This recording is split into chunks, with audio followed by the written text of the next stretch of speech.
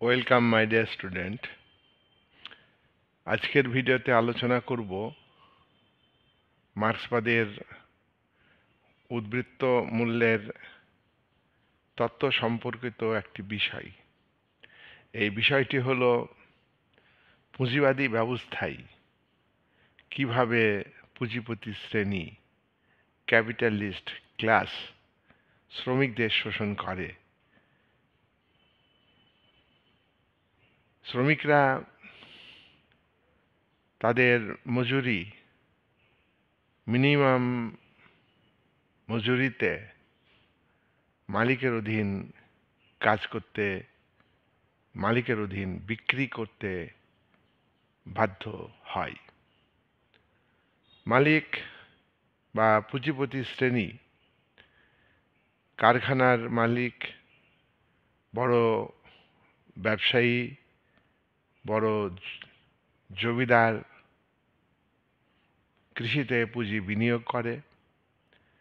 এই বিনিয়োগের মাধ্যমে তারা শ্রমিককে খাটায়, খাটিয়ে শ্রমিক যে উৎপাদন করে সেই উৎপাদিত পণ্য বাজারে বিক্রি করে যে দাম হয় সেই দামের মিনিমাম অংশ, সামান্য অংশ শ্রমিকদের মজুরি হিসাবে দেয়। এই মজুরি অত্যন্ত কম পরিমাণ।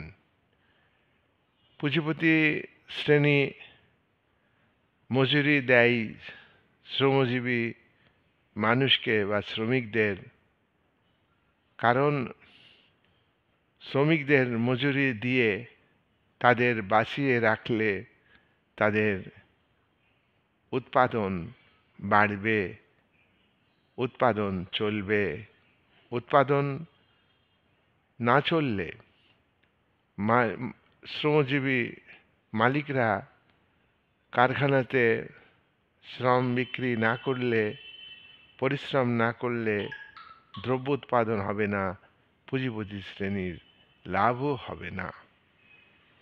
মার্ক্স তার উদ্বৃত্ত মূল্যের তত্ত্বে বলেছেন যে শ্রমিকরা যে শ্রমসময় কাজ করে সেই শ্রমসময়ে যে পরিমাণ দ্রব্য উৎপাদন হয় সেই দ্রব্য বিক্রি করে যে দাম হয় তার দামের অংশ একটি মজুরি হিসাবে শ্রমিককে দেয়, আর বাকি অংশ আরেকটি, সেটা মালিক মুনাফা আকারে, প্রফিট আকারে ভোগ করে। এই মুনাফা বা প্রফিট পুনরায় পুঁজিপতি শ্রেণী কারখানাতে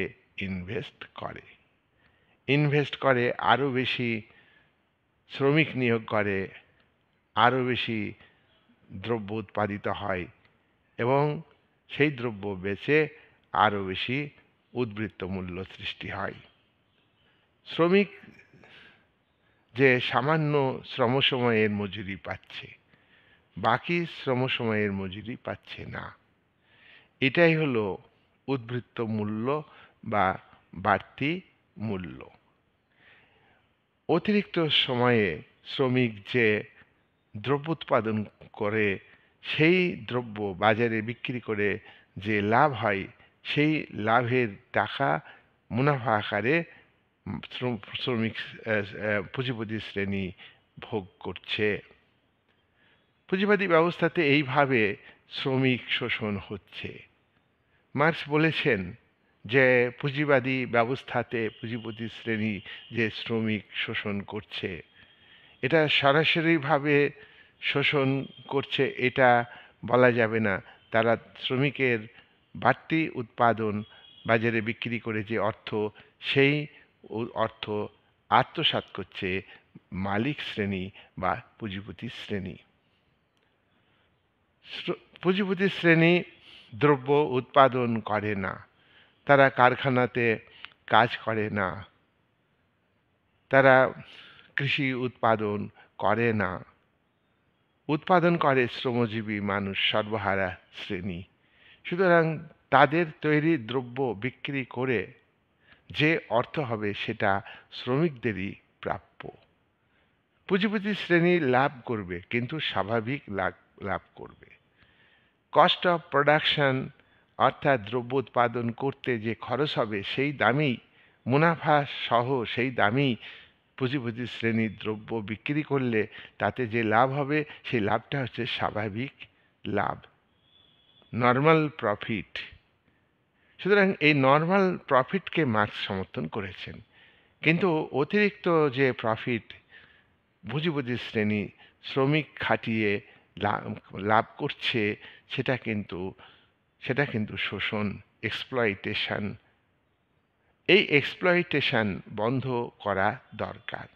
পুঁজিপতি শ্রেণী, মালিক শ্রেণী, তারা ক্রমান্বয়ে ক্রমবর্ধমান হারে বেশি পুঁজি বিনিয়োগ করছে, বেশি কারখানা তৈরি করছে এবং বর্তমানকালে আধুনিক কালে কিন্তু উৎপাদনের ক্ষেত্রে শ্রম প্রগাঢ় পদ্ধতি, অর্থাৎ লেবার এর পরিমাণ বেশি দরকার নেই। লেবার ইন্টেন্সিভ মেথডে প্রথমে শিল্পায়ন হতো। আজকের হাইটেক টেকনোলজি, লিবারালাইজেশনের যুগে, বেসরকারীকরণের যুগে এবং বিশ্বায়নের যুগে উৎপাদনের পদ্ধতির ক্ষেত্রে ব্যাপক পরিবর্তন এসেছে। সেখানে লেবারের প্রয়োজন খুবই কম, আর যে লেবারগুলো দরকার হচ্ছে তারা হলো ইঞ্জিনিয়ার এবং বড় বড় যন্ত্রপাতি। এক্ষেত্রে যে দ্রব্য তৈরি করার খরচ সেটা আরও কমেছে। লেবার ইন্টেন্সিভ মেথডে যে পরিমাণ দ্রব্য তৈরি হতো তাতে লাভের পরিমাণ কম ছিল, শ্রমিকদেরও মজুরি কম ছিল, আর প্রফিট বেশি হতো না। কিন্তু ক্যাপিটাল ইন্টেন্সিভ মেথডে আজকের শিল্পায়ন হলো মূলধন কেন্দ্রিক শিল্পায়ন, মূলধন প্রগাঢ় শিল্পায়ন। মূলধন বেশি দরকার, কস্ট অফ প্রোডাকশন, উৎপাদনের খরচ কমে গিয়েছে।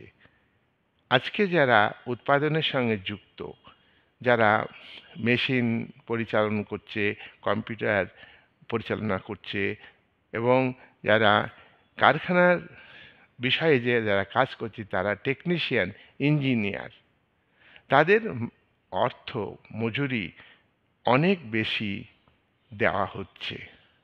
আপাত দৃষ্টিতে মনে হয় যে পুঁজিপতিরা আর শ্রমজীবী মানুষ, ইঞ্জিনিয়ারদের শোষণ করছে না, কিন্তু এটা ঠিক নয়।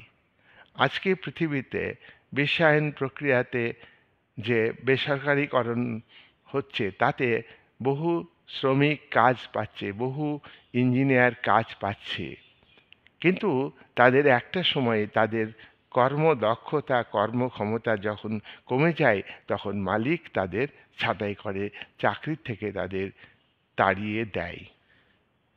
সুতরাং শ্রমিক শ্রেণী, আজকের শ্রমজীবী শ্রেণী পুঁজিবাদী ব্যবস্থাতে ব্যাপকভাবে শোষিত হচ্ছে। যে পরিমাণ দ্রব্য ইঞ্জিনিয়াররা তৈরি করছে কারখানাতে, মালিকের অধীনে মাল্টি ন্যাশনাল কর্পোরেশন, বড় বড় কর্পোরেশনের মাধ্যমে যে উৎপাদন হচ্ছে, ব্যাপক পরিমাণ উৎপাদন হচ্ছে, আর এই উৎপাদন করবার জন্য পুঁজিপতি শ্রেণী তারা পরিকাঠামোগত দিককে নিজেরা গড়ে তুলছে, ইনফ্রাস্ট্রাকচার গড়ে তুলছে, রাস্তাঘাট তৈরি করছে, যোগাযোগ ব্যবস্থার উন্নতি করছে, পরিবহন ব্যবস্থার উন্নতি করছে।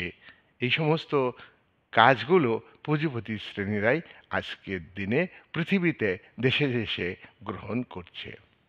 সাধারণ মানুষ মনে করে যে এতে আমাদের উন্নতি হচ্ছে, রাস্তাঘাট তৈরি হচ্ছে, অতি অল্প সময়ে দ্রুত এক জায়গায় থেকে আরেক জায়গায় যেতে পারছে, কমিউনিকেশনের ব্যাপক উন্নতি হয়েছে, যেটা হলো আজকে অর্থ বিনিময়ের ক্ষেত্রে অর্থ দরকার হয় না, মোবাইল বা ইন্টারনেটের মাধ্যমেই অর্থ সঞ্চালন হচ্ছে। আপাত দৃষ্টিতে বৈপ্লবিক পরিবর্তন ঘটেছে পৃথিবীর বিভিন্ন দেশে। বিশ্বায়ন প্রক্রিয়ার ফলে কোনো কিছুই আজকে বিশ্বে কয়েকটা দেশে বা কিছু দেশের মধ্যে কোনো বিষয় সীমিত থাকবে না। অর্থনীতি খোলা বাজার অর্থনীতি। পুঁজিপতিদের মধ্যে প্রতিদ্বন্দ্বিতা আছে, কিন্তু তাদের একটাই টার্গেট যে শ্রমজীবী মানুষ। আজকের শ্রমজীবী মানুষ কিন্তু শিল্পায়নের প্রথম যুগের যে শ্রমজীবী মানুষ, সেই শ্রমজীবী মানুষের সঙ্গে আজকের পুঁজিবাদী সমাজ ব্যবস্থার শ্রমজীবী মানুষ মানে হচ্ছে ইঞ্জিনিয়ার, ম্যানেজমেন্টের সঙ্গে যারা যুক্ত, পরিচালনা করছে। Private administration, private administration policy, শিল্পায়নের পলিসি, সব কিছুই কিন্তু অর্থের বিনিময়ে পুঁজিপতি শ্রেণী করছে এবং তাদেরকে কিন্তু শোষণ করছে। তারা আপাত দৃষ্টিতে যাদের শোষণ করছে তারা ভাবছে শোষণ করছে না। 1,00,000 টাকা যদি তাকে মাইনা দেওয়া হয়, বেতন দেওয়া হয়, তার কাছ থেকে 1 কোটি টাকার দ্রব্য উৎপাদন করে নিচ্ছে এবং একটা সময় এসে তাকে কাজ থেকে বিচ্যুত করছে। দেশে দেশে বেকার সমস্যা বাড়ছে শিল্পায়নের নাম করে। বিশ্বে মূলধন সঞ্চালনের উদ্যোগ গ্রহণ করে, এমনকি লেবারও আগের থেকে যে দেশে শিল্পায়ন ঘটাচ্ছে সেই দেশের থেকেই ইঞ্জিনিয়ার লেবার নিচ্ছে। তাতে উৎপাদন খরচ কমে যাচ্ছে। শিল্পায়নের প্রথম যুগে যারা শিল্পে উন্নত দেশ এবং সেই দেশের বড় বড় কোম্পানিগুলো নিজের দেশেই শিল্প উৎপাদন করত, আর সেই দ্রব্য বিশ্বের বিভিন্ন ভূখণ্ডের বাজারে উপনিবেশ স্থাপন করে সাম্রাজ্যবাদ বিস্তার করে, সাম্রাজ্য দখল করে সেখানে বিক্রি করত আর সেখান থেকে কাঁচামাল নিয়ে আসতো। কিন্তু এখন বিশ্বায়নের যুগে যে দেশে দ্রব্য দরকার সেই দেশেই উন্নত দেশগুলো শিল্পায়ন ঘটাচ্ছে, আর নিজের দেশে শিল্পে উন্নত দেশ শিল্পায়ন ঘটাচ্ছে না, বা উন্নত দেশ নিজের দেশের উন্নত শিল্প কারখানা করছে না। এতে দুটো কারণ আছে। একটা হলো যে পরিবেশ দূষণ হচ্ছে নিজের দেশে, সেই পরিবেশ দূষণের হাত থেকে নিজের দেশকে শিল্পপতিরা সেভ করছে নিজেদের, আর অনুন্নত উন্নয়নশীল দেশে শিল্প কারখানা ঘটিয়ে সেখানে পরিবেশ দূষণ করছে। তাই ক্যাপিটালিজমে দেখা যায় যে শ্রমিক শোষণের পাশাপাশি পরিবেশ দূষণ সমস্ত ক্ষেত্রেই পুঁজিপতি শ্রেণী কিন্তু দায়ী। তাহলে আমরা দেখছি পুঁজিবাদী ব্যবস্থা যতই উন্নত হোক, পুঁজিবাদী রাষ্ট্র যতই উন্নত হোক, যতই গ্রস প্রোডাকশন বৃদ্ধি পাক দেশের, নিট প্রোডাকশন বৃদ্ধি পাক দেশের, এবং ওই নিট প্রোডাকশনকে দেশের প্রাইস রেট দিয়ে গুণ করে যে অর্থ হয় সেটাকে বলা হয় ন্যাশনাল ইনকাম। আর ন্যাশনাল ইনকামকে দেশের জনসংখ্যা দিয়ে ভাগ করলে যে গড় আয় হয় সেটাই হলো পার ক্যাপিটাল ইনকাম। পার ক্যাপিটাল ইনকাম বাড়লেও দেশের অধিকাংশ মানুষ দরিদ্র এবং ধন বৈষম্যটা বাড়ছে। আগের দরিদ্র মানুষ এর তুলনায় আজকের দরিদ্র মানুষ হয়তো কি সামাজিক সুযোগ সুবিধা, অর্থনৈতিক সুযোগ সুবিধা বেশি পাচ্ছে, তাতে খুশি থাকার কোনো বিষয় নেই। লেবার ইন্টেন্সিভ মেথডে লেবার বেশি লাগতো, তাই শ্রম শক্তি বিক্রি করবার মানুষের জনসংখ্যার একটা বিরাট অংশ কাজ পেত। আর আজকে শ্রমশক্তি, হাতে কলমে শ্রমশক্তি বিক্রির বিষয়টা আজকে দিনের পর দিন উঠে যাচ্ছে, কিন্তু পুঁজিবাদী সমাজে শ্রেণী শোষণ বাড়ছে। এই পুঁজিবাদী দেশগুলি, পুঁজির মালিকরা সীমাহীনভাবে পুঁজি বিনিয়োগ করছে।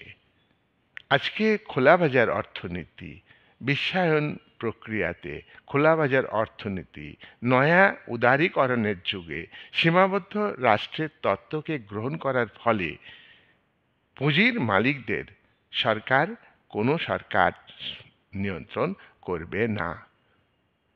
পুঁজিবাদের প্রথম স্তরে যখন শিল্পায়ন হয়েছিল তখন অ্যাডাম স্মিথের ধারণা অনুযায়ী অবাধ ব্যবসা বাণিজ্য দেশের মধ্যে চলত, কিছু কিছু আন্তর্জাতিক স্তরে চলত।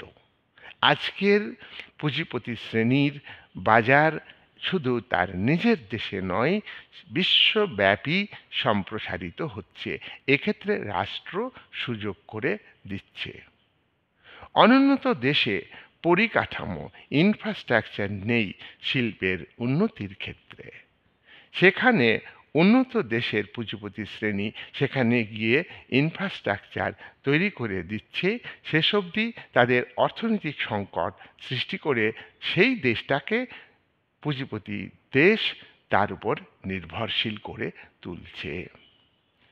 এইভাবে সে দেশের শ্রমজীবী মানুষকে শোষণ করছে, সে দেশকে পরনির্ভরশীল দেশগতভাবে করে তুলছে, আর সেই দেশের শ্রমজীবী মানুষের জীবনযাপন অত্যন্ত কষ্টের দিকে ঠেলে দিচ্ছে।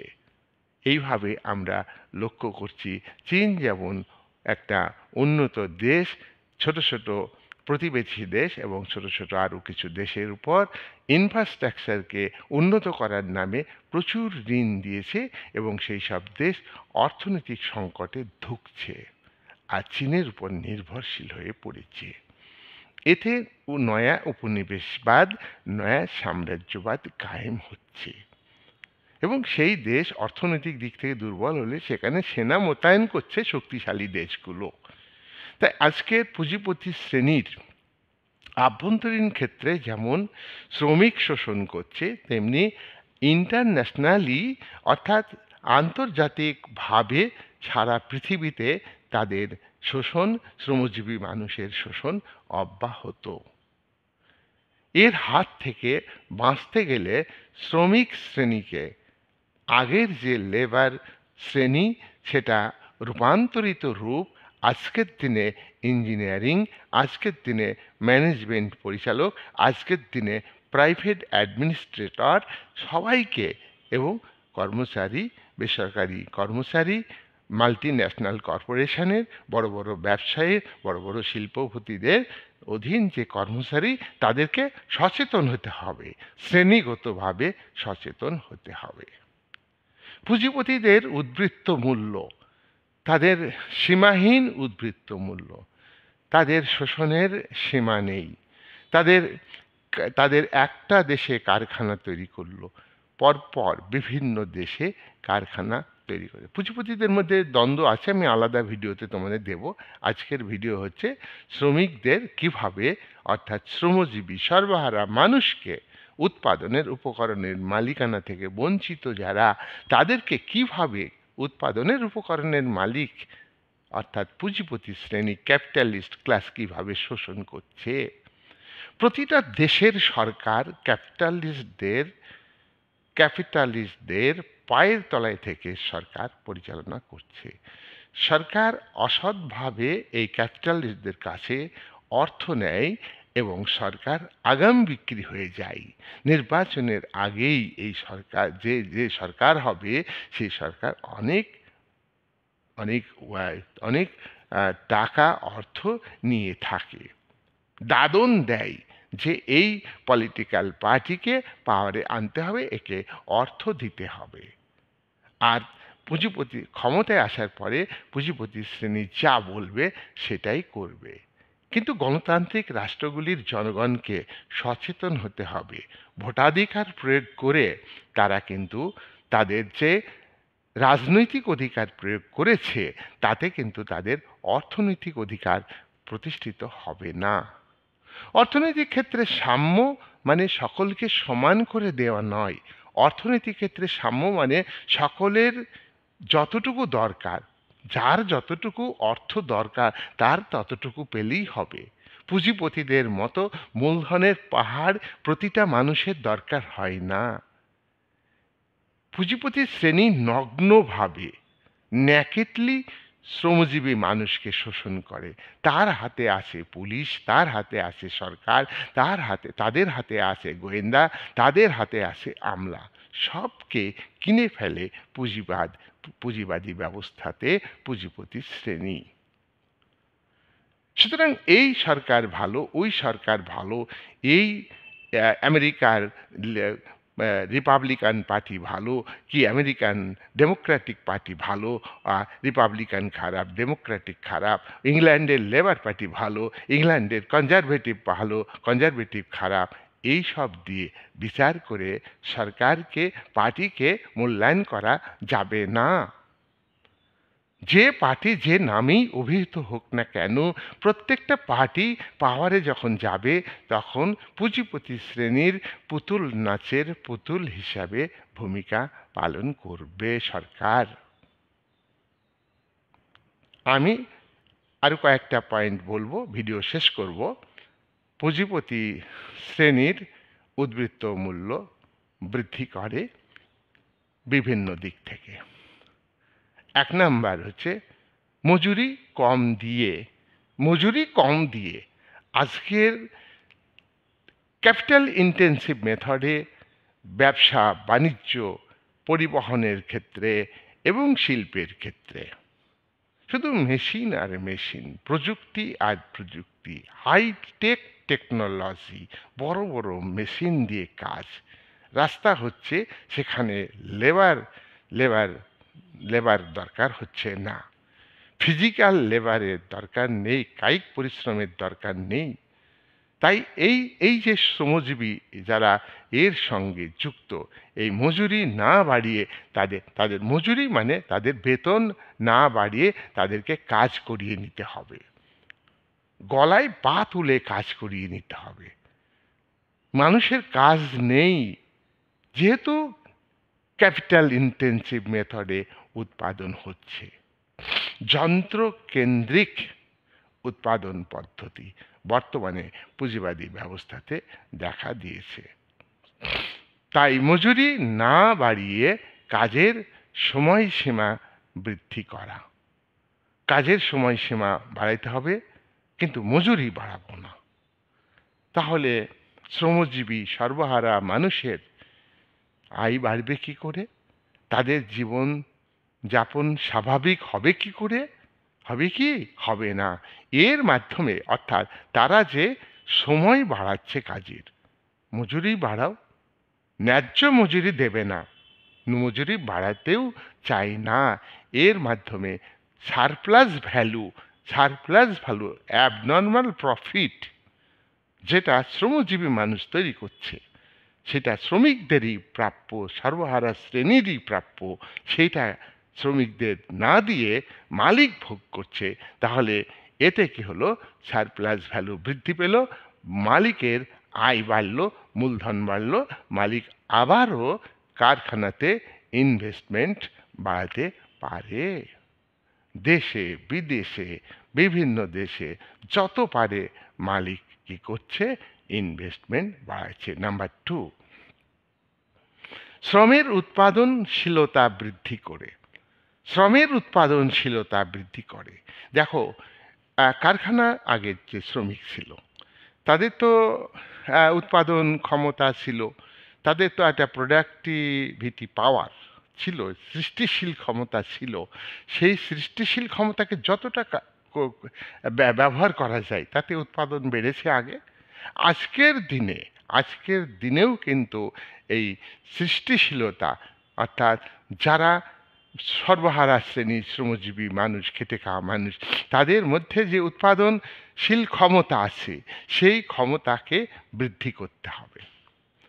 মেশিনের সাহায্যে মেশিনকে কিভাবে অপারেট করতে হবে, এই টেকনিকগুলো শ্রমজীবী মানুষকে শিখিয়ে জাইগ্যান্টিক ফিগারে প্রোডাকশন তৈরি করা, আর সেই প্রোডাকশন বাড়লে তার বাজারে বিক্রি করে প্রচুর মুনাফা হবে, উদ্বৃত্ত মূল্য আরও বাড়বে। তাই শ্রমের অর্থাৎ শ্রমজীবী মানুষের শ্রমের, পরিশ্রমের, লেবারের প্রোডাক্টিভিটি পাওয়ারকে বৃদ্ধি করতে হবে। নাম্বার 3, পুঁজির কেন্দ্রীকরণ। পুঁজিপতি শ্রেণীর মধ্যে অনেক পুঁজি মালিক আছে, তাদের মধ্যে প্রতিযোগিতা চলতে থাকে। বড় পুঁজির মালিক, মাঝারি পুঁজির মালিক, কম পুঁজির মালিক, অত্যন্ত বেশি পরিমাণ পুঁজির মালিক, মাঝারি পরিমাণ পুঁজির মালিক, ছোট ক্ষুদ্র ক্ষুদ্র পুঁজির মালিক, এদের মধ্যে প্রতিযোগিতা।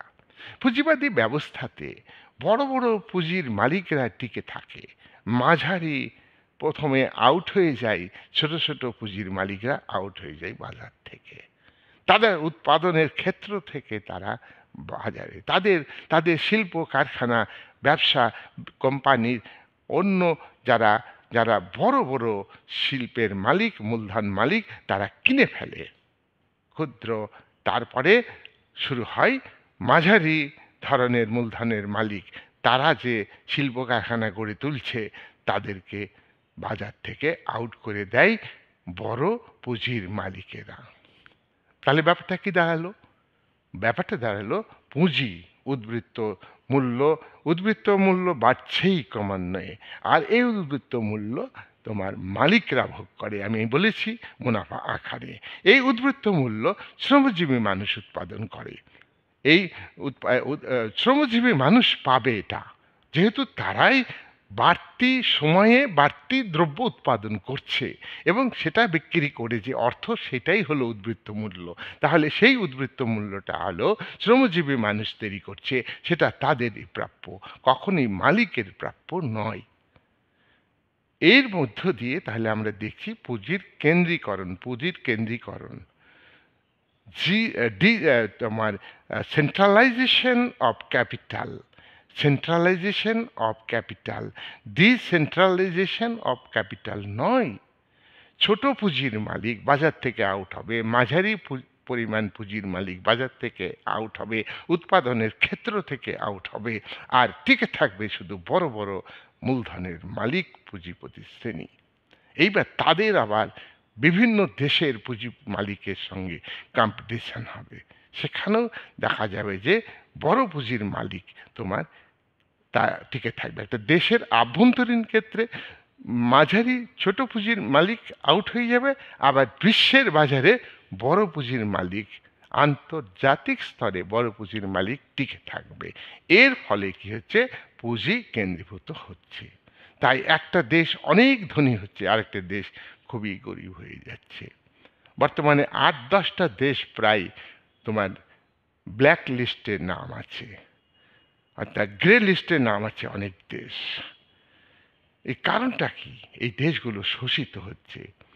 বাংলাদেশ, পাকিস্তান, শ্রীলঙ্কা, মায়ানমার, আমাদের প্রতিবেশী দেশগুলোর কথাই আমরা বলি। এছাড়া বহু দেশ আছে, হাইতি, চিলি, হাইতিতে গন্ডগোল চলছে। মধ্যপ্রাচ্যের দেশগুলোকে সব ক্যাপিটালিস্ট কান্ট্রিগুলো শোষণ করছে। পুঁজির কেন্দ্রীকরণ হচ্ছে 3 নাম্বার, না 3 নাম্বার হলো 4 নাম্বার, লেবারদের সর্বহারাকরণ করতে হবে। লেবার মানে সর্বহারা শ্রেণী, দরিদ্র মানুষ, স্বাভাবিক জীবনযাপনের জন্য যে অর্থ দরকার সেই অর্থ তাদের নেই, অত্যন্ত পরিশ্রম করে, মাথার ঘাম পায়ে ফেলে, তাদের ন্যায্য মজুরি তো দেয় না। তাদের আরও কি করে সর্বনাশ করা যায়, আরও কি করে নিঃস্ব করা যায় শ্রমজীবী মানুষকে, তার কারণ যত নিঃস্ব করা যাবে শ্রমজীবী মানুষ পুঁজির মালিকের উপর নির্ভর করবে। পুঁজির মালিক কখনোই চায় না সর্বহারা শ্রেণী আত্মনির্ভরশীল হোক। আত্মনির্ভরশীল হলে সে তো আমার অধীনে কাজ করবে না। তাই সর্বহারাকে সর্বহারাকরণ এবং নিঃস্বকরণ, এই যে প্রক্রিয়া, সর্বহারাকরণ অর্থাৎ সর্বহারা থেকে আরও সর্বহারা হয়ে যাক, নিঃস্ব থেকে আরও নিঃস্ব হয়ে যাক, যাতে কোনোদিনই এ একটা প্রক্রিয়া, পুঁজিবাদ একটা প্রক্রিয়া। আজকে 400 বছরেরও বেশি ধরে পুঁজিবাদী ব্যবস্থা চলছে পৃথিবীতে। আর কিছু কিছু দেশে পুঁজিবাদের উচ্ছেদ হয়েছিল, সামন্তবাদের উচ্ছেদ হয়েছিল। পুঁজিবাদী ব্যবস্থার প্রেক্ষাপটে সোভিয়েত রাশিয়ায় বিপ্লব হয়নি, সেখানে সামন্তবাদী ছিল।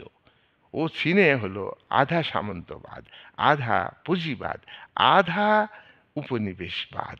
উপনিবেশিক শক্তির বিরুদ্ধে, উপনিবেশিক শক্তির বিরুদ্ধে, দেশীয় পুঁজিপতি শ্রেণীর বিরুদ্ধে, দেশীয় সামন্ত প্রভু সামন্ত শক্তির বিরুদ্ধে লড়াই করে চীন বিপ্লব করেছে। চীনের কমিউনিস্ট পার্টি মার্ক্সবাদ লেনিনবাদের থেকে পুরোপুরি বিচ্যুত, আদর্শ ভ্রষ্ট একটা পার্টি। কমিউনিস্ট পার্টি নামটাই থাকা উচিত নয়। সেই পার্টিকে আমরা বলতে পারি না যে সর্বহারার পার্টি। সেখানেও শ্রমজীবী মানুষ শোষিত হচ্ছে। সোভিয়েত ইউনিয়নে ৭৬ বছরের সমাজতান্ত্রিক কাঠামোতেও সেখানে সর্বহারা শ্রেণীর সর্বহারাকরণ এবং নিঃস্বকরণের প্রক্রিয়া চলেছে। Romania, Bulgaria, Albania. রোমানিয়ার চাউশেস্কু, তিনি পুঁজিপতিদের দালাল হিসাবে কাজ করেছেন। তিনি ব্যক্তিগতভাবে পুঁজি নিজের হাতে কেন্দ্রীকরণ করেছেন। দেশের মানুষ না খেয়ে মরেছে এবং নিজের আত্মীয় স্বজন বিরাট ভোগ বিলাসের মধ্যে দিয়ে জীবন কাটিয়েছেন। গর্বাচভ সোভিয়েত ইউনিয়নের সমাজতান্ত্রিক সরকারের লিডার ছিলেন, তিনি কমিউনিস্ট পার্টির লিডার ছিলেন, তিনি পুঁজিবাদী দেশ মার্কিন যুক্তরাষ্ট্রের দালালি করেছেন। ব্রেজনেভ তার জামাইয়ের নামে প্রচুর অ্যাকাউন্ট খুলে মূলধন আত্মসাৎ করেছে। তাহলে আমরা দেখছি নামে সমাজতন্ত্র, কামে সমাজতন্ত্র নয়, ধনতন্ত্র, পুঁজিবাদ। এই পুঁজিবাদী, এই সমাজতান্ত্রিক নামে সেখানেও কিন্তু পুঁজির কেন্দ্রীকরণ হয়েছে, সর্বহারা শ্রেণী নিঃস্ব হয়েছে। পূর্ব জার্মানির সমাজতান্ত্রিক ব্যবস্থাতে দরিদ্র মানুষ, সর্বহারা মানুষ দিনের পর দিন দরিদ্র থেকে আরো দরিদ্রতর হয়েছে, নিঃস্ব থেকে আরো নিঃস্ব হয়েছে। এবং একটা শ্রেণী তারা সম্পদশালী হয়েছে। তাই তো জনগণ সমাজতন্ত্রকে ঘৃণা করে ডাস্টবিনে ছুঁড়ে ফেলেছে, শাসক শ্রেণীকে হত্যা করেছে। রোমানিয়ার চাউশেস্কুকে হত্যা করেছে জনগণ, পিটিয়ে মেরেছে। সমাজতন্ত্রের প্রতি একটা ঘৃণা। কিন্তু একটা কথা মনে রাখতে হবে যে পুঁজিবাদের যে পুঁজির যে চরিত্র, পুঁজিপতিদের যে ক্যারেক্টার, সেটা কিন্তু ভয়ানক। তাই সমাজতন্ত্রকে প্রতিরোধ করে পুঁজিবাদে ফিরিয়ে আনা মানেই হলো খাল কেটে কুমিরকে পুনরায় নিয়ে আসা। সুতরাং কিভাবে পুঁজিপতি শ্রেণীর বিরুদ্ধে সর্বহারা শ্রেণী খেটে খাওয়া মানুষকে সংগঠিত হতে হবে, সেটাই ভাববার বিষয়। ৫ নাম্বার, উদ্বৃত্ত মূল্য সৃষ্টির ৫ নাম্বার কৌশল, উৎপাদনের সামাজিক চরিত্র নিয়ে আসা। উৎপাদনের ফলে যে দ্রব্য তৈরি হয়, যে দ্রব্য উৎপাদন হয় কারখানাতে, সেটা যাতে বেশি বেশি করে লোক ব্যবহার করে, এটা হলো সামাজিক চরিত্র। মানে কম লোক ব্যবহার করলে দ্রব্যের ডিমান্ড বাড়বে না, দ্রব্যের ডিমান্ড যাতে বাড়ে, প্রোডাকশন হিউজ হবে। ক্যাপিটাল ইন্টেন্সিভ মেথডে শ্রমজীবী মানুষের সংখ্যা কম, কাজহারা মানুষের সংখ্যা বেশি, কিন্তু কারখানাতে কাজ করবে খুবই অল্প পরিমাণ লোক। যত বেশি সামাজিক হবে, সেই সামাজিকীকরণের দায়িত্ব গভর্নমেন্ট নেয়। গভর্নমেন্ট দ্বিচারিতা করে, সরকার মদ্যপান নিষিদ্ধ করে, বিরুদ্ধে প্রচার চালায়, হাজার হাজার কোটি টাকা ব্যয় করে। আবার কি করে, সরকার সেটাকে উৎপাদন করতে যায়। আমাদের দেশে প্লাস্টিক ব্যবহারের জন্য সরকার কি করছে, প্রচার করছে, কোটি কোটি টাকা ব্যয় করছে, মিটিং মিছিল, জনগণকে বুঝাইছে, ধমকাচ্ছে, চমকাচ্ছে, আবার পিছন দিক থেকে বলছে ব্যবহার করো, ইত্যাদি ইত্যাদি। প্রশাসন এরকম ভূমিকা। কিন্তু কারখানা বন্ধ করে দিয়েছে কি? ক্যাপিটালিস্ট গভর্নমেন্ট সেখানে যে জিনিসটা প্রয়োজন নেই সমাজের ক্ষতি হবে, সামাজিক অবক্ষয় ঘটাবে। যেটা মদ্যপান করলে, অমুক করলে, তমক করলে দূষণ হবে, পৃথিবী ধ্বংস হয়ে যাবে, মুখে বলছে, কিন্তু প্রোডাকশন বন্ধ করে না কেন? সংকীর্ণ রাজনৈতিক স্বার্থে, অর্থনৈতিক স্বার্থে তাদের কাছ থেকে অর্থ লুটে পুটে নিচ্ছে, আর সেই অর্থের দ্বারা তারা সাহস পাচ্ছে এবং তারা তারা তারা তারা কি অপ্রয়োজনীয় দ্রব্য উৎপাদন করছে। তাই উৎপাদন করার ক্ষেত্রে সামাজিক চরিত্র লাভ করবে যে দ্রব্য, তার ডিমান্ড বাড়বে। সামাজিক চরিত্র লাভ করানোর জন্যে মিডিয়াকে কাজে লাগাবে পুঁজিপতি শ্রেণী। সামাজিক চরিত্রকে সামাজিক চরিত্রে দ্রব্যটাকে বিকশিত করবার জন্যে তারা অ্যাড দিবে, পণ্যের অ্যাড দেয় যাতে বেশি মানুষ দ্রব্য কেনে। এই অ্যাডের ক্ষেত্রে নারীদের পণ্যের মতো পুঁজিবাদ ব্যবহার করছে। সুতরাং আমরা আজকের ভিডিওতে আমরা আলোচনা করলাম যে পুঁজিবাদী ব্যবস্থাতে কিভাবে শ্রমজীবী মানুষকে পুঁজিপতি শ্রেণী শোষণ করে, সেই বিষয়টি আজকের ভিডিওতে আমি আলোকপাত করলাম। তোমরা ভিডিও ভালো করে দেখবে। এই 5টা পয়েন্টে আলোচনা করেছি এবং এমনিও ব্যাপক আলোচনা হয়েছে। পরবর্তীকালে পুঁজিবাদের দ্বন্দ্ব এবং পুঁজিবাদের সংকট, পুঁজিবাদ কীভাবে দ্বন্দ্বে পড়ে এবং সংকট হবে এবং পুঁজিবাদের অবসান হবে তা সম্পর্কে আমি পরের ভিডিওতে আলোচনা করব। আজকে এখানেই শেষ করলাম।